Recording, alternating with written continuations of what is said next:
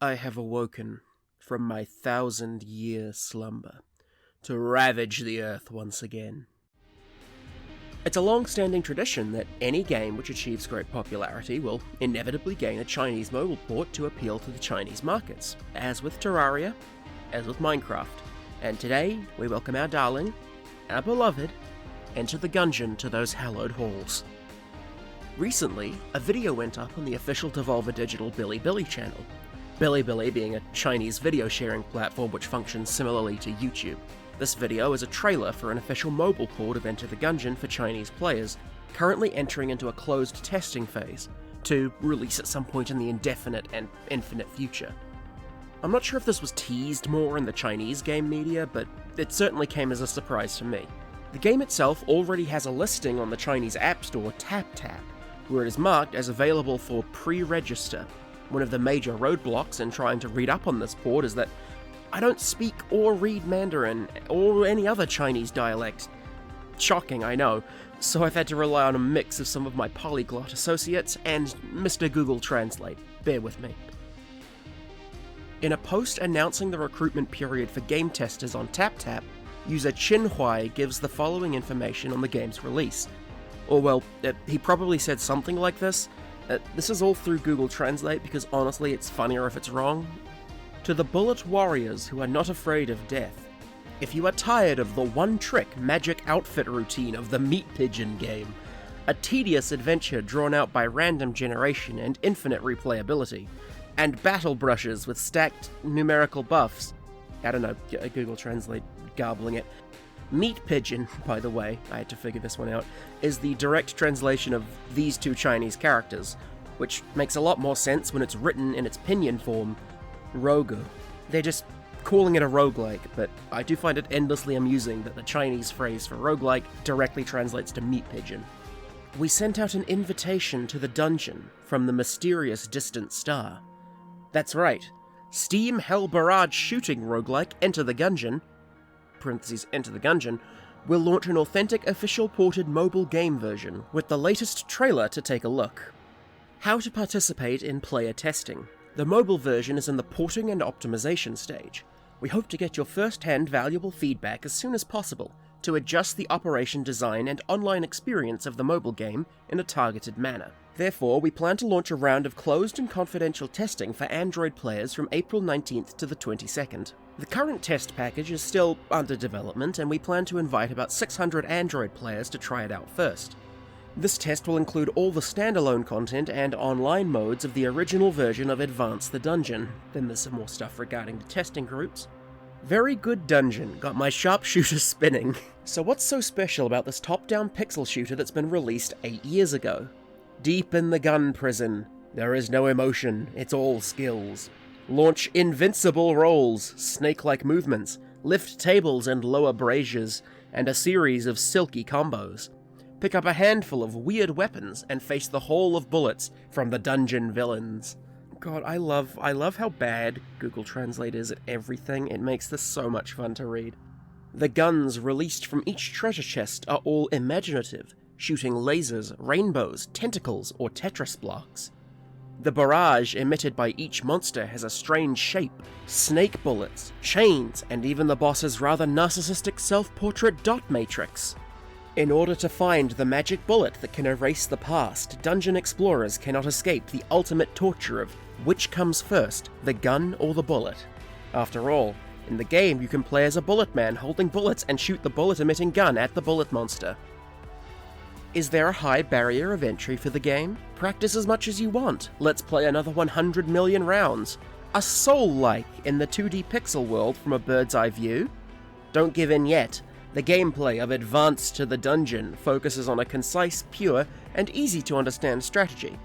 Defeat monsters, break through levels, and open treasure chests, and the weapons you keep in your pocket are the passes to break through the chambers. Massive firearms, props, and enemies with more than hundreds of types, they are all included in the in-game Guns Encyclopedia, and the player-created Advance My Dungeon applet for explorers to consult. I am also very grateful to the big guys in our game community for organizing and supporting the illustrated guide.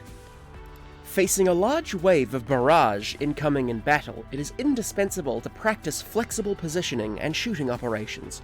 For mobile game transplantation, we have added an auto-aim mode based on the original manual aiming and shooting, and a variety of operation options are designed for the core skill of the dungeon: rolling dodge. Players can customize the game's touchscreen and button layout. If they don't agree with each other, they will roll all over the floor, tug, and flip the table. Find the appropriate posture to pass the level on the phone screen. Gun buddies, come together. The long-awaited two-player online mode finally has news. Advance the Dungeon mobile game will support the online lobby function. Create, join a room, or invite friends to form a team. Trick your teammates, hug your thighs, or carry the whole audience. You can choose different characters and cooperate freely to pass the level. And the rest of the post is just about how players can get in on the testing. While I was writing this script, Chinhuai dropped another post announcing the closure of testing applications for the current round, with some more information about what kind of changes will be integrated into the control scheme to make the game feel at home on mobile devices. The first round of gun prison test recruitment has ended, and the game reservation lottery has begun. Dear Gun Buddies, the first beta closed test recruitment of Advance the Dungeon has officially ended. We are very grateful to all the players who participated in the test registration and community questions and sharing activities. We are flattered by everyone's enthusiasm and support, and it is also a great encouragement to the production team. We are in the process of contacting the players who are qualified for the test. Those who are unable to participate in this test do not have to regret it. In the future, the process of further optimizing the version and online mode, we will open more testing opportunities for everyone. During this period, we have also received many questions and discussions from everyone in the community, and we take this opportunity to share some of our ideas with you. About mobile game difficulty.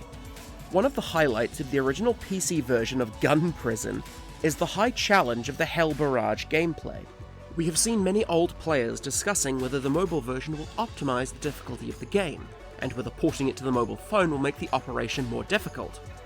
In order to lower the operating threshold for mobile game players, in addition to manual aiming and shooting operations, we provide a default shooting mode of automatic aiming in the current version, and have designed a variety of customized roll schemes. Players can also press the shooting button or blank.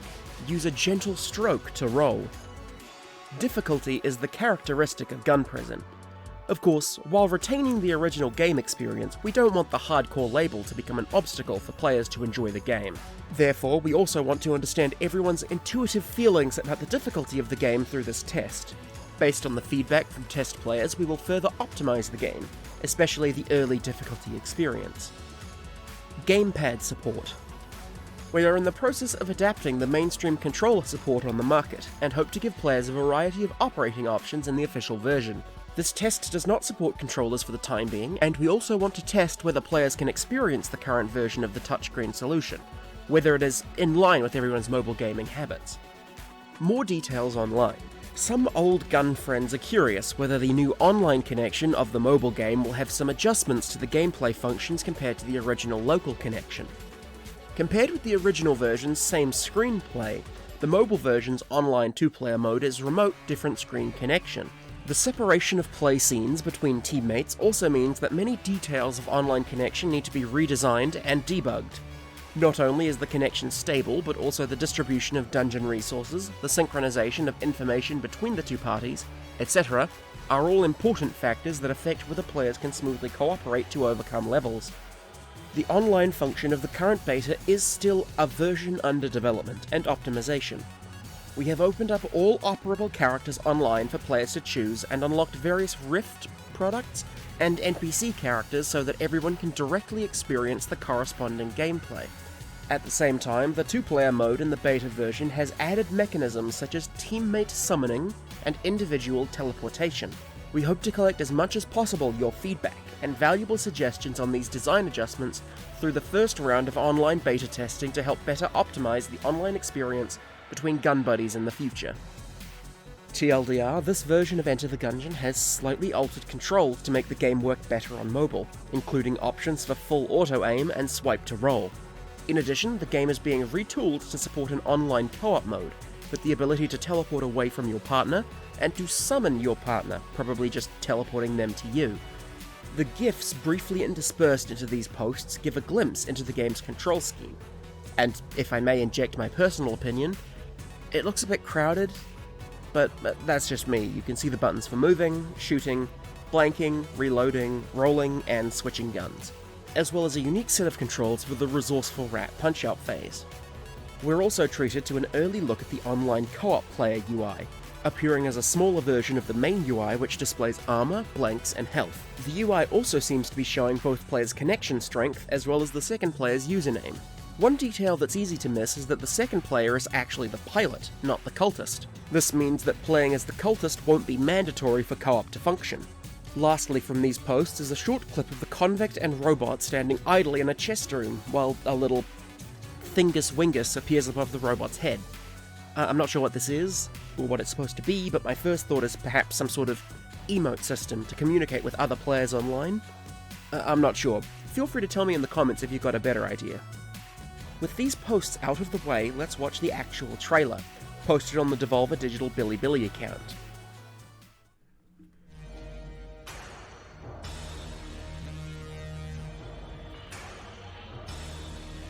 We're treated to fairly unremarkable Gungeon clips in the first part. Believe me, I scoured this for anything new, but it's just Enter the Gungeon.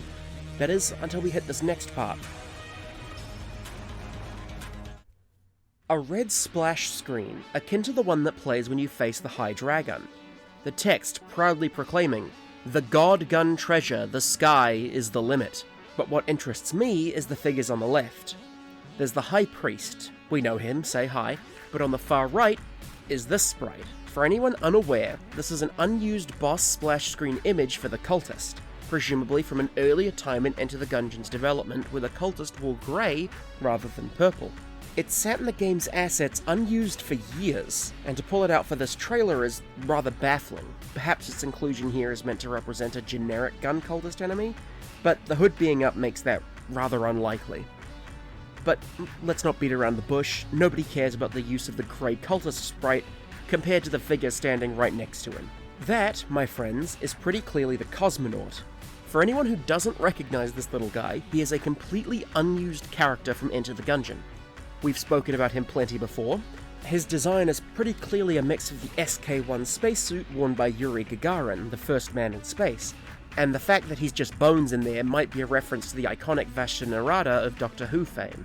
The thing that intrigues me most about his inclusion here is not only that he is an unused player character, not only could he not possibly be supposed to represent any other character, but this boss card actually does not exist in the assets of Enter the Gungeon. This is the first time we're ever seeing this texture. Question is, why? Why include him? None of the announcements I was able to get my hands on said anything about new content, much less a new, or perhaps old, playable character. Is this a mistake? An Easter egg? I'm not sure. It remains to be seen.